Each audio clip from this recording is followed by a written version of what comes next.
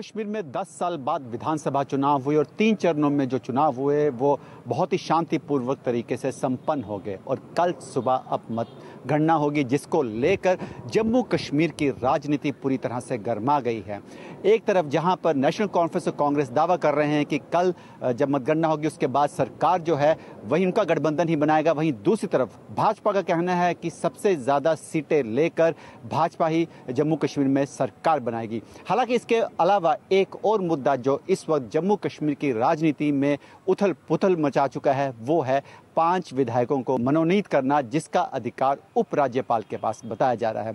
सबसे बड़ी बात है कि जम्मू कश्मीर में अगर हम 90 सीटों की बात करें तो उसमें से 46 सीटें जो हैं वो यहाँ पर सरकार बनाने के लिए चाहिए, लेकिन अगर 5 विधायकों को मनोनीत किया जाता है तो उसके बाद सीटों की संख्या 48 हो जाएगी। ऐसे में अब सब पार्टियों को एक बार फिर से जोड़ तोड़ की राजनीति करनी पड़ेगी और सबसे बड़ी भूमिका वहाँ पर जो है निर्दलीय उम्मीदवार निभा सकते हैं। विकास अब्रोल, भारत एक्सप्रेस के लिए जम्मू से। हरियाणा विधानसभा के लिए हुए चुनाव में कल मतगणना होनी है। कल 8 अक्टूबर को हरियाणा की 90 सीटों के लिए मतगणना शुरू होगी, जो सुबह 7 बजे से लेकर रात तक चलेगी और ईवीएम में बंद उम्मीदवारों की किस्मत कल खुलेगी कि कल हरियाणा की जनता किसे अपना प्रतिनिधि चुन रही है। आपको बता दें कि वर्तमान में हरियाणा में बीजेपी की सरकार है और मुख्यमंत्री नायब सिंह सैनी ने कल दावा किया कि हरियाणा में वह तीसरी बार सरकार बनाने जा रहे हैं। वहीं अगर बात करें एग्जिट पोल की तो उसमें कांग्रेस पार्टी को स्पष्ट बहुमत की सरकार बनने का दावा किया जा रहा है। वहीं बीजेपी भी अपना दावा कर रही है कि वह तीसरी बार हरियाणा में सरकार बनाएगी। लेकिन अब हरियाणा की जनता क्या जनादेश देती है और कल किसके माथे पर हरियाणा का ताज सजाती है, यह देखने वाली बात होगी। लेकिन जिस तरह से एग्जिट पोल के नतीजे आए हैं उससे यह स्पष्ट होता है कि कांग्रेस पार्टी के सर ही इस बार हरियाणा की सत्ता का ताज सजने जा रहा है। चंडीगढ़ से ओम प्रकाश राय, भारत एक्सप्रेस। हरियाणा और जम्मू कश्मीर विधानसभा चुनाव के नतीजे कल सामने होंगे। इससे पहले हरियाणा को लेकर जो एग्जिट पोल आया है तो उसमें साफ तौर पर दिख रहा है कि कांग्रेस की सरकार बन रही है और कांग्रेस के नेता चाहे भूपेंद्र सिंह हुड्डा की बात करें, चाहे देवेंद्र सिंह हुड्डा की बात करें, चाहे अन्य कुमारी शैलजा, रणदीप सिंह सुरजेवाला, सभी लोग आश्वस्त हैं कि कांग्रेस के पूर्ण बहुमत से हरियाणा के अंदर सरकार बनने जा रही है। लेकिन सवाल ये निशान ये उठता है कि जब नतीजे सामने होंगे और जिस तरह से एग्जिट पोल सामने आए हैं कि करीब 55 से 58 सीटें कांग्रेस पार्टी को मिलती दिख रही हैं, तो उस सूरत में आखिरकार मुख्यमंत्री का उम्मीदवार कौन होगा और मुख्यमंत्री का जो ताज है वो किसके सर सजेगा, उस पर हालांकि जो सीनियर लीडर्स है वो लगातार इसी बात को कह रहे हैं कि विधायक दल की बैठक होगी, उसके अंदर तय किया जाएगा कि कौन मुख्यमंत्री आखिरकार हरियाणा का होगा और जो ऑब्जर्वर्स होंगे वो चंडीगढ़ जाएंगे, विधायकों की राय लेंगे और उसके बाद ही अंतिम मोहर जो 3 नाम है, संभावित नाम है भूपेंद्र सिंह हुड्डा, कुमारी शैलजा या फिर रणदीप सिंह सुरजेवाला, उनके नाम पर मोहर लगेगी। अब देखना महत्वपूर्ण होगा कि हरियाणा का ताज किसके सर सजता है। कैमरा पर्सन दिलीप के साथ प्रशांत त्यागी, भारत एक्सप्रेस, दिल्ली। दिल्ली विधानसभा चुनावों से ठीक पहले आम आदमी पार्टी ने दिल्ली की सड़कों को चमकाने का जिम्मा एक बार फिर से उठाया है। आम आदमी पार्टी के मुखिया अरविंद केजरीवाल और दिल्ली की मुख्यमंत्री आतिशी ने आज एक प्रेस कॉन्फ्रेंस करते हुए कहा कि राजधानी की 89 सड़कों को रिपेयर किया जाना है, जिस दौरान 74 सड़कों के लिए टेंडर जारी कर दिया गया है तो वहीं 15 सड़कों के लिए टेंडर अभी भी जारी होना है। इस दौरान आतिशी ने कहा कि अरविंद केजरीवाल को बीजेपी ने लगातार साजिशन करके जेल में रखा और यही नहीं, आम आदमी पार्टी के तमाम लीडरान को एक एक करके जेल भेजा गया है। ऐसे में जब अरविंद केजरीवाल समेत आम आदमी पार्टी के तमाम दिग्गज नेता जेल से बाहर आ गए हैं, उनके ऊपर अब ये दारोमदार है कि वो आगामी विधानसभा चुनावों में आम आदमी पार्टी को कैसे एक बार जीत दिलाते हैं और इसकी पटकथा लिखी जाएगी दिल्ली की सड़कों को गड्ढा मुक्त बना के। गौरतलब है कि जेल से बाहर आने के बाद अरविंद केजरीवाल ने आतिशी को एक पत्र लिखा था जिसमें उन्होंने साफ तौर पर कहा कि दिल्ली की सड़कों की एक बार फिर से मरम्मत की जाए। इसके बाद आतिशी समेत दिल्ली कैबिनेट के तमाम मंत्री दिल्ली की सड़कों पर उतरे। अरविंद केजरीवाल ने कहा कि दिल्ली में सबसे खराब हालत न्यू रोहतक रोड की है, जिसके लिए अब एक नया ड्रेन बनाया जाएगा और इसके लिए 183 करोड़ रुपए की व्यवस्था की गई है। दिल्ली से कैमरा पर्सन धर्मेंद्र के साथ मैं मोहित शुक्ला, भारत एक्सप्रेस।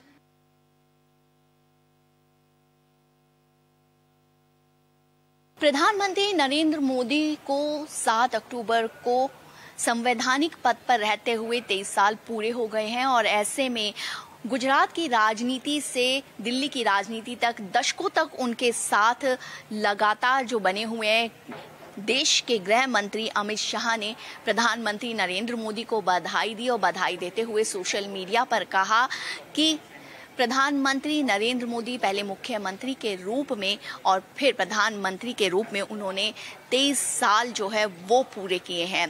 आपको बता देते हैं कि 7 अक्टूबर 2001 को ही प्रधानमंत्री नरेंद्र मोदी जो है उन्होंने गुजरात में मुख्यमंत्री का पद संभाला। उसके बाद वो लगातार वहां पर मुख्यमंत्री और अब प्रधानमंत्री लगातार इस पद पर बने हुए हैं और शायद ही देश का कोई राजनीतिक नेता हो जिसने इतने लंबे वक्त तक संवैधानिक पद पर लगातार बने रहे। एक तरह से कह सकते हैं कि प्रधानमंत्री नरेंद्र मोदी का ये राजनीतिक जीवन और जिस तरीके से उनको ख्याति प्राप्त हुई है देश विदेश में, ये एक रिकॉर्ड है। भारत एक्सप्रेस के लिए कैमरामैन मनु के साथ कोमल शर्मा।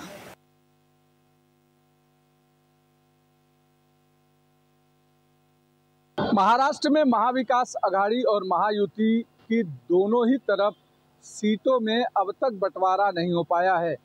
दरअसल हरियाणा और जम्मू कश्मीर के चुनावों को ध्यान में रखते हुए महाराष्ट्र के भीतर दोनों ही तरफ के पक्ष वेट कर रहे हैं कि चुनावी नतीजे किस तरीके से आते हैं और किस तरीके से चुनावी बयार बहती है, उसी आधार पर सीट बंटवारा तय किया जाएगा।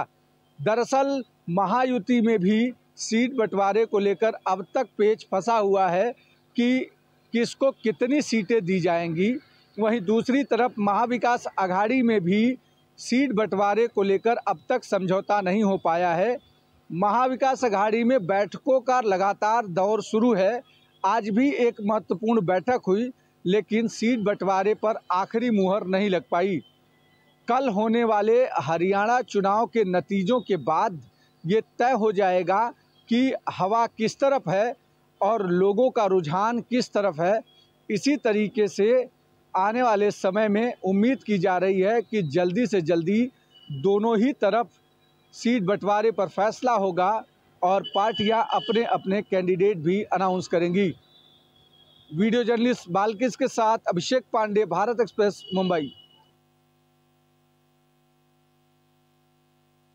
झारखंड में विधानसभा चुनाव की तैयारी को अंतिम रूप देते हुए बीजेपी कोर कमेटी और चुनाव प्रबंधन समिति की बैठक रविवार को देर रात बीजेपी के प्रदेश कार्यालय में संपन्न हुई। इस बैठक में चुनाव के प्रभारी और केंद्रीय कृषि मंत्री शिवराज सिंह चौहान, सह प्रभारी और असम के मुख्यमंत्री हिमंता बिस्वा शर्मा, संगठन के नागेंद्र नाथ त्रिपाठी, पूर्व मुख्यमंत्री अर्जुन मुंडा, वर्तमान में प्रदेश अध्यक्ष और पूर्व मुख्यमंत्री बाबूलाल मरांडी समेत तमाम कई लोग जो इस कमेटी के सदस्य हैं वो लोग मौजूद थे। और माना यह जा रहा है, जैसी जानकारी मिल रही है, कि लगभग 3 दर्जन नामों प्रत्याशियों के नाम का फैसला जो है इसमें कर लिया गया है और वो सूची लेकर के तमाम जो प्रदेश स्तर के नेता हैं वो अमित शाह जी से बात करने के लिए दिल्ली चले गए हैं। वहीं अंतिम रूप से इसको अंतिम रूप दिया जाएगा इस सूची को। हालांकि ये भी माना जा रहा है कि प्रत्याशियों की सूची अंतिम तौर पर जारी होने के बाद पार्टी में थोड़ा बहुत घमासान तो जरूर मचेगा।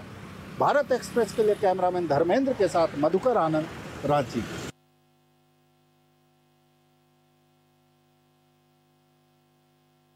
लैंड पर जॉब मामले में मनी लॉन्ड्रिंग के तहत कथित आरोपी बिहार के पूर्व मुख्यमंत्री और पूर्व रेल मंत्री और पूर्व उप मुख्यमंत्री तेजस्वी यादव, लालू प्रसाद यादव और साथ ही तेज प्रताप यादव सहित सभी को आज रावजुगनू कोर्ट से बड़ी राहत मिल गई है। इस मामले में रावजुगनू कोर्ट ने सभी को समन जारी कर पेश होने का आदेश दिया था, जिसके बाद लालू प्रसाद यादव, तेजस्वी यादव, तेज प्रताप यादव, मीसा भारती सहित सभी रावजुगनू कोर्ट में पेश हुए और जमानत की गुहार लगाई, जिसके बाद कोर्ट ने 1-1 लाख रुपए की निजी मुचलके पर सभी को कुछ शर्तों के साथ जमानत दे दिया है। वहीं कोर्ट ने कहा था कि किरण देवी ने मीसा भारती को जमीन ट्रांसफर किया था, यह जो जो है अभी तक दस्तावेज जो दिए गए हैं उससे साबित होता है। इसलिए पहली नज़र में इस मामले में आगे मुकदमा चलाने के लिए सबूत पर्याप्त है, इसलिए सभी को समन जारी किया जाता है, जिसके बाद सभी कोर्ट में पेश हुए और सभी को जमानत मिल गई। अब देखना होगा 25 अक्टूबर को जब इस मामले में राव जुगनू कोर्ट सुनवाई करेगा तो आगे सुनवाई के बाद क्या कुछ आदेश आता है। भारत एक्सप्रेस के लिए कैमरा पर्सन मधुर के साथ गोपाल कृष्ण।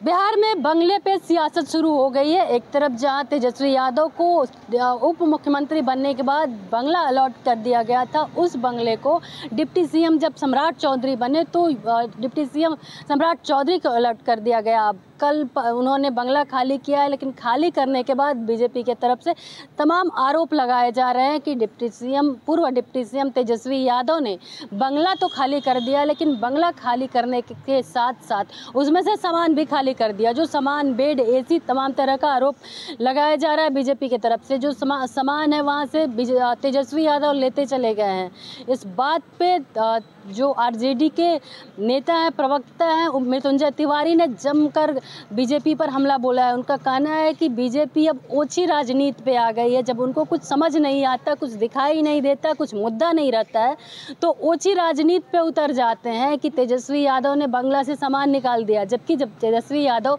डिप्टी सीएम बने थे तब उनको ये बंगला अलॉट हुआ था। अब जब हटे हैं तो उन्होंने बंगला खाली कर दिया है। लेकिन इन लोगों को बस सियासत करनी होती है, कोई मुद्दा खोजना होता है। पटना से भारत एक्सप्रेस के लिए ज्योति।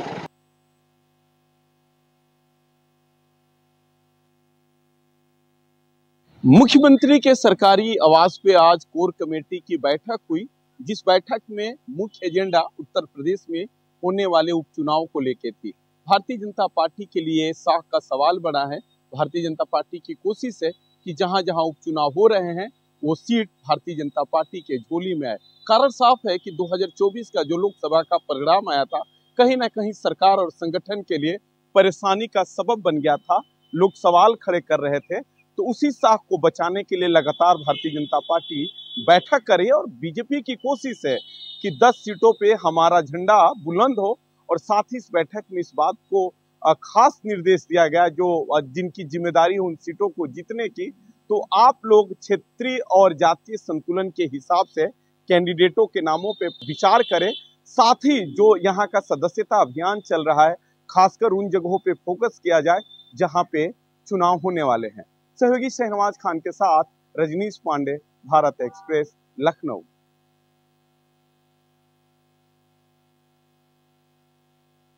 फर्नीचर फैक्ट्री की आड़ में ड्रग्स का फैक्ट्री भोपाल में पकड़ी गई। अब उसको लेकर तमाम सवाल उठ रहे हैं। कांग्रेस ने भी तमाम सवाल उठाए हैं और इसमें महत्वपूर्ण सवाल AKVN यानी उद्योग विभाग पर उठता है कि उनकी निगरानी किस तरह थी कि ये फर्नीचर फैक्ट्री की आड़ में ड्रग्स की फैक्ट्री संचालित हो रही थी। इसके अलावा एक सवाल मध्य प्रदेश की खुफिया पुलिस पर भी पड़ता है कि खुफिया विभाग ने क्या किया।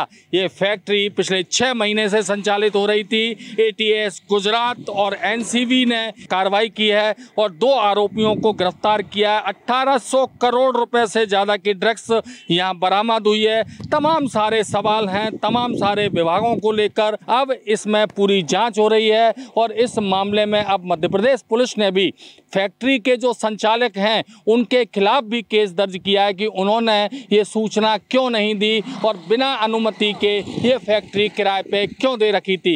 इस पूरे मामले में आगे भी कार्रवाइयों का दौर अब जारी रहेगा। कैमरामैन मनीष के साथ भारत एक्सप्रेस के लिए भोपाल से अजय भटनागर।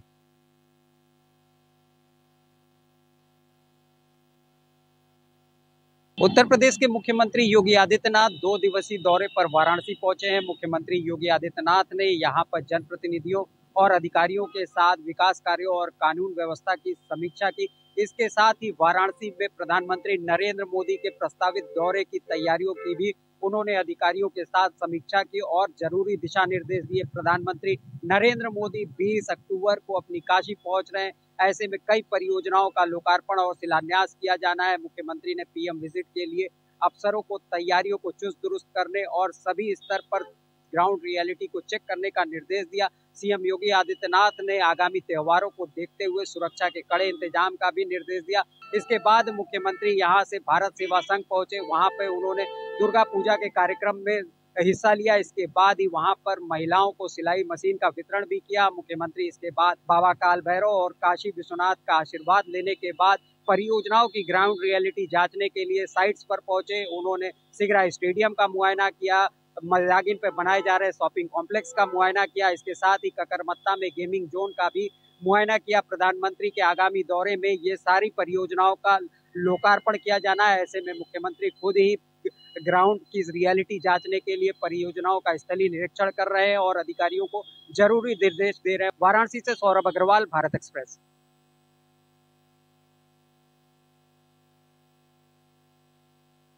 जेडीयू कार्यकारिणी की बैठक के बाद जेडीयू नेताओं ने जिस अंदाज में अगले चुनाव नीतीश कुमार के नेतृत्व में लड़ने और 220 सीट हासिल करने का हवाला दिया है, इस पर चुनावी रणनीतिकार और जन सुराज पार्टी के प्रमुख प्रशांत किशोर ने तंज कसा है। प्रशांत किशोर ने साफ तौर पे कहा है कि जिन 220 सीटों का ख्वाब जेडीयू देख रही है, सिर्फ 20 सीटें हासिल हो जाए यही बहुत है। उन्होंने बीजेपी पर चुटकी लेते हुए साफ तौर पे आरोप लगाया है कि नीतीश कुमार बीजेपी की मजबूरी बन चुके हैं, इसलिए बिहार के मुख्यमंत्री के तौर पर आगे बढ़ा रही है। उन्होंने बीजेपी के हवाले से साफ तौर पे कहा कि यदि बीजेपी नीतीश कुमार के नेतृत्व में चुनाव लड़ेगी तो 2025 में बीजेपी एनडीए के सबसे बड़ी पार्टी होने के बावजूद बहुत से सीट लूज करेगी। कुल मिला के प्रशांत किशोर ने 220 सीटों का हवाला दिए जाने के बाद एनडीए पर जोरदार हमला किया है। सहयोगी कैमरामैन राकेश के साथ भारत एक्सप्रेस के लिए पटना से आशुतोष कुमार।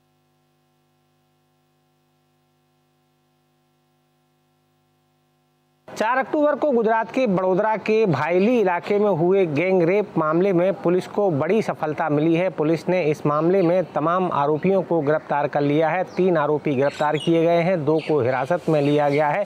गुजरात पुलिस पर भारी दबाव था क्योंकि नवरात्रि के दौरान यह घटना घटित हुई थी। उसके बाद इस पर राजनीति शुरू हो गई थी। गुजरात पुलिस ने अहम कार्रवाई करते हुए 3 लोगों को गिरफ्तार किया है, 2 को हिरासत में लिया है। यह तमाम आरोपी मूलतः उत्तर प्रदेश के रहने वाले हैं और बड़ोदरा में रहकर पीओपी का काम कर रहे थे। इस मामले में पुलिस ने 72 घंटे तक लगातार अलग अलग टीमें बनाकर 45 किलोमीटर रूट के 1100 सीसीटीवी खंगाले और उसके बाद 2 बाइकों पर 5 लोग जाते हुए दिखे। इसके आधार पर बाइक को ट्रेस किया गया और उन आरोपियों को पकड़ा गया। इन आरोपियों की आज पुलिस ने जबरदस्त खुशामद की है और जब यह आरोपी कोर्ट में लाए गए तो ठीक तरह से चल भी नहीं पा रहे थे। पुलिस ने अब इनका मेडिकल परीक्षण करवाया है और आगे की जांच की जा रही है। अहमदाबाद में कैमरा पर्सन संजय कोष्टी के साथ अरविंद शर्मा, भारत एक्सप्रेस।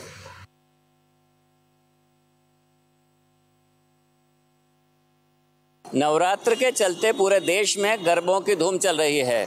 इंदौर में हिंदू जागरण मंच ने पहले से चेतावनी दी थी कि किसी भी गरबा पंडाल में गैर हिंदू युवक युवती प्रवेश ना करें। उसके बावजूद भी पिछली रात खजराना क्षेत्र में एक मुस्लिम युवक गरबा करता पाया गया, जिसे हिंदू जागरण मंच के लोगों ने पुलिस के सुपुर्द किया। इसी तरह से एक होटल में कार्रवाई करते हुए हिंदू जागरण मंच के लोगों ने एक युवक को पकड़ा है जो महाराष्ट्र का रहने वाला है। उसका नाम नदीम है। हर जितने भी गरबा हो रहे पंडाल में सब में हम शाम को 8 बजे से 12 बजे तक चेकिंग करते हैं कि इन रूम में लग जाते हैं, गलत तो नहीं हो रहा। उसी विषय को लेके 7-8 में कल एक होटल उसमें रूम में से पकड़ा था एक को, तो महाराष्ट्र का बताया तो नदीम करके। इसके लिए मुस्लिम धर्म गुरुओं और सदर ने भी मुस्लिम युवकों को चेतावनी दी थी कि वे हिंदू धर्म के गरबा पंडाल में प्रवेश नहीं करें, क्योंकि मुस्लिम धर्म में बुत परस्ती यानी मूर्ति पूजा नहीं होती है। उसके बावजूद भी युवक धर्म को भी बदनाम कर रहे हैं और खुद की भी इज्जत खराब कर रहे हैं। कैमरामैन इमरान खान के साथ जय व्यास, भारत एक्सप्रेस, इंदौर।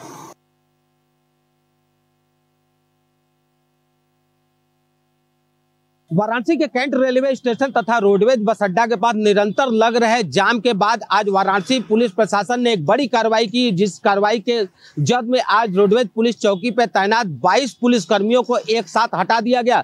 ज्ञात हो कि अभी पिछले दिनों वाराणसी के पुलिस कमिश्नर मोहित अग्रवाल ने कैंट स्टेशन तथा रोडवेज बस अड्डा का निरीक्षण किया था, जिस निरीक्षण के दौरान वहां पे जाम की समस्या जहां एक तरफ उनको दिखी, वहीं दूसरी तरफ अवैध बस स्टैंड तथा कार स्टैंड भी पाया गया था, जिसके बाद वाराणसी के पुलिस कमिश्नर इस पे काफी नाराजगी जाहिर करते हुए सिगरा इंस्पेक्टर तथा रोडवेज चौकी इंचार्ज को चेतावनी दिया था। लेकिन उस चेतावनी के बाद भी जब सुधार नहीं हुआ, ऐसे में वाराणसी के पुलिस कमिश्नर के आदेश पर डीसीपी काशी जोन ने एक साथ कार्रवाई करते हुए 22 पुलिसकर्मियों को रोडवेज पुलिस चौकी से हटा दिया। वहीं दूसरी तरफ डग्गा मार वाहनों के खिलाफ लगातार कार्रवाई करते हुए आज पूरे कैंट स्टेशन इलाके को या रोडवेज बस चौकी के पास से जो सड़क है, उस सड़क से आज सारे लोगों को खदेड़ दिया गया।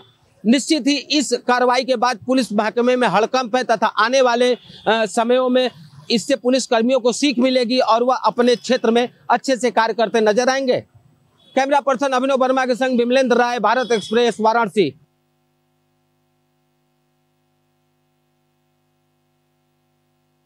उत्तराखंड में 10 साल पहले तक 9 लाख हेक्टेयर कृषि भूमि हुआ करती थी, जो अब घटकर 6.5 लाख हेक्टेयर कृषि भूमि रह गई है। यानी पिछले 10 सालों में उत्तराखंड में 2,45,000 हेक्टेयर भूमि बंजर हो चुकी है, जिसके लिए पूर्व कृषि मंत्री प्रसाद नेतानी पलायन को बड़ी वजह मानते हैं और इस संबंध में उन्होंने सरकार से गंभीर सवाल भी किए हैं, जिस पर कृषि मंत्री गणेश जोशी की प्रतिक्रिया भी सामने आई है। उनका मानना है कि बंजर हुई भूमि के पीछे भूमाफिया और अत्यधिक विकास बड़ी वजह है।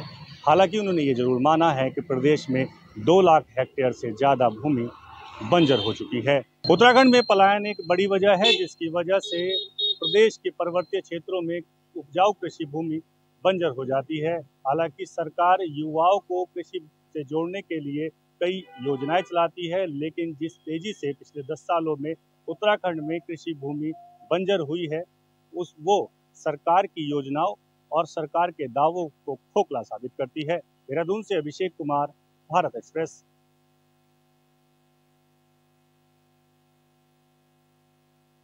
नोएडा पुलिस को बड़ी कामयाबी मिली है। नोएडा थाना फेज 2 पुलिस चेकिंग के दौरान एक बाइक सवार को रुकने का इशारा करती है, लेकिन वो बाइक सवार वहां से फरार हो जाता है और पुलिस पर फायरिंग कर देता है। जवाबी कार्रवाई में पुलिस फायरिंग करती है और बदमाश के पैर में गोली जा लगती है। बताया जा रहा है ये बदमाश 25,000 रुपए का इनामी बदमाश है और बड़ा ही शातिर किस्म का अपराधी है।